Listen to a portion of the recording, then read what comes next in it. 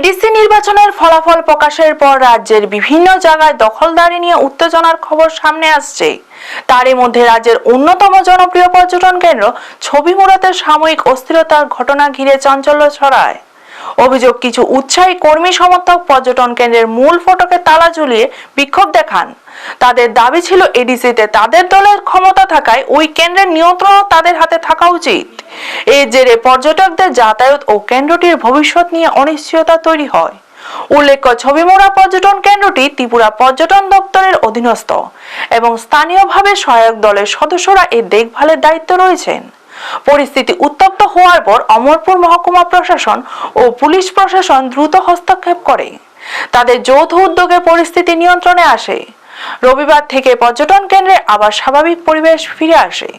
পর্যটকদের যাতায়াতও স্বাভাবিক ছিল বলে জানা গেছে। অনেক পর্যটক জানান, প্রশাসনের নজরদারিতে তারা নির্বিঘ্নে ঘুরে দেখতে পেরেছেন।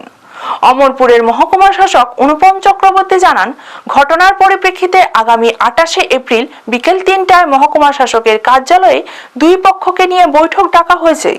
সেখানে সরকারি নিয়ম অনুযায়ী যে সিদ্ধান্ত নেওয়া হবে তার ভিত্তিতে ভবিষ্যতে ছবিমুড়ার পরিচালনা নির্ধারিত হবে।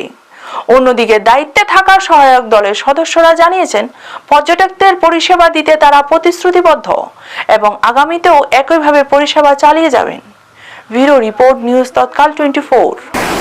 হ্যাঁ স্যার, গতকালকে এখানে কিছু লোক, এলাকার মানুষ এখানে জবরদখল করার চেষ্টা করেছিল, আমরা দেখতে পেলাম। এখনো পর্যন্ত কি পরিস্থিতি রয়েছে ছবিমুড়াকে কেন্দ্র করে স্যার? না, ছবিমুড়াতে গতকালকে যেটা হয়েছিল সেটা একটার মধ্যে আমরা তাদেরকে বুঝিয়ে আমরা এখান থেকে ওনাদের সরাতে সক্ষম হয়েছি। আমাদের মহকুমা প্রশাসন এবং পুলিশ প্রশাসন যৌথভাবে আমরা এই কাজটা করেছিলাম। তারপর থেকে ওনারাও এগ্রি করেছেন যে না, এই ধরনের কোনো অনাকাঙ্ক্ষিত ঘটনা এখানে আর ঘটবে না। এবং তার পরিপ্রেক্ষিতে আজকে সশরীরে আমরা সবাই এসেছি এখানে দেখার জন্য যে নর্মাল রয়েছে কিনা বা নর্মালসি মেনটেন হচ্ছে কিনা। তো এই পরিপ্রেক্ষিতে আপনাদের আমি জানাতে চাই এবং আপনাদের মাধ্যমে আমি সমগ্র অমরপুরবাসী এবং ত্রিপুরাবাসীকে এটা জানাতে চাই যে ছবিমুড়ার যে কার্যকলাপ সেটা একদম নর্মাল রয়েছে। টুরিস্টরা নর্মালভাবে আসছেন এবং এখানে আনন্দ উপভোগ করছেন।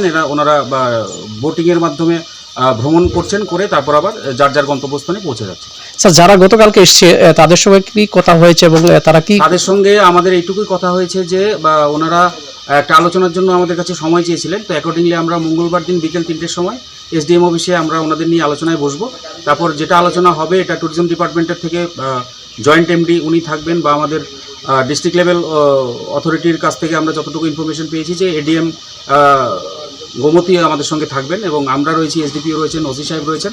আমরা সবাই মিলে কথাবার্তার মাধ্যমে আলোচনা করে যেটা সিদ্ধান্ত হবে সেটা আমরা আমাদের ঊর্ধ্বতন কর্তৃপক্ষের কাছে জানাবো এবং তার পরিপ্রেক্ষিতে যে সিদ্ধান্ত হবে সেটা পরবর্তী সময় ঊর্ধ্বতন কর্তৃপক্ষ নেবে।